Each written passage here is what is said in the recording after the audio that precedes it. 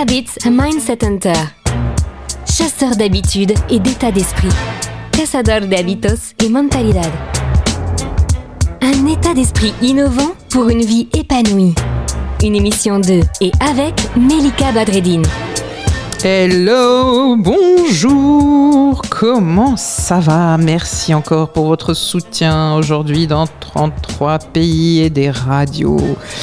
Nous sommes très heureux de partager avec vous ce moment, alors continuez à nous soutenir.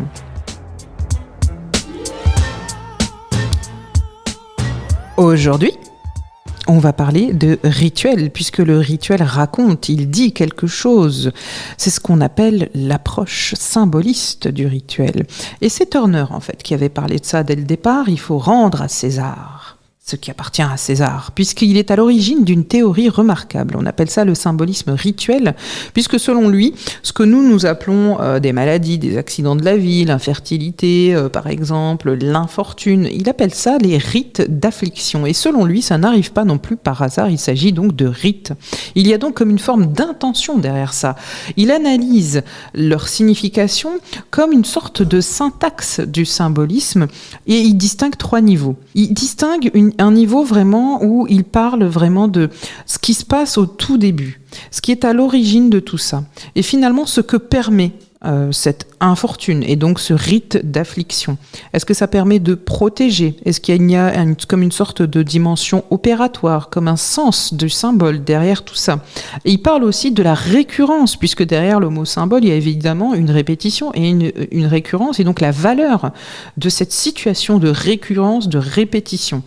Il parle aussi de la dimension positionnelle de tout cela, la relation entre le symbole et les autres symboles tout autour, et son insertion aussi dans un système de symboles comme une forme d'anthropologie, on va dire. Et donc Turner, là-dessus, il a comme une sorte de compréhension de ce symbolisme qui est inhérent finalement à ces actions et à ces objets rituels, et qui font finalement de toute cette étude comme une sorte de théorie contemporaine du rituel. Il dit que le rituel dit quelque chose, fait quelque chose, vraiment. En réalité, on passe d'ailleurs de faire quelque chose à dire quelque chose. Donc on passe vraiment de tout simplement poser un objet, par exemple porter une plume, un bijou, à tout simplement raconter quelque chose. Et on le voit tous les jours quand on est praticien au cabinet, on voit les histoires qu'il y a derrière les faits ou les choses non faites, justement.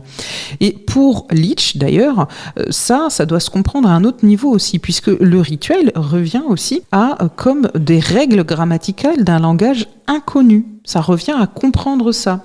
Il assimile le rituel à un code de communication de type linguistique, donc qui implique une connaissance, une acceptation, un partage par les auteurs des règles de ce même code. Et finalement, c'est bien pour ça que certaines cultures, certaines ethnies, dans l'histoire et aujourd'hui, partagent les mêmes rites. C'est bien parce que derrière, il y a une forme de code. Et si finalement, on ne nie pas le fait que le rituel fasse des choses, évidemment, dans l'esprit des participants, puisqu'on mentionne à ce sujet des rites qui peuvent être aussi thérapeutiques, des rites de rébellion, cathartiques, eh bien, on admet quand même qu'il y a comme une sorte de persistance de ce rituel qui tiennent à des conceptions qui sont relatives à des puissances qui ne sont pas forcément observables tout de suite.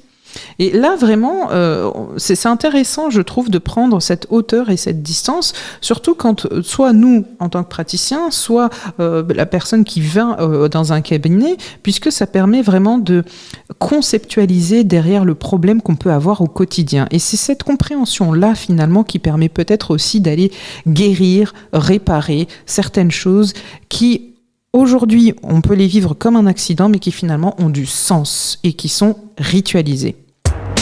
Le bon plan de Melika. Le bon plan aujourd'hui.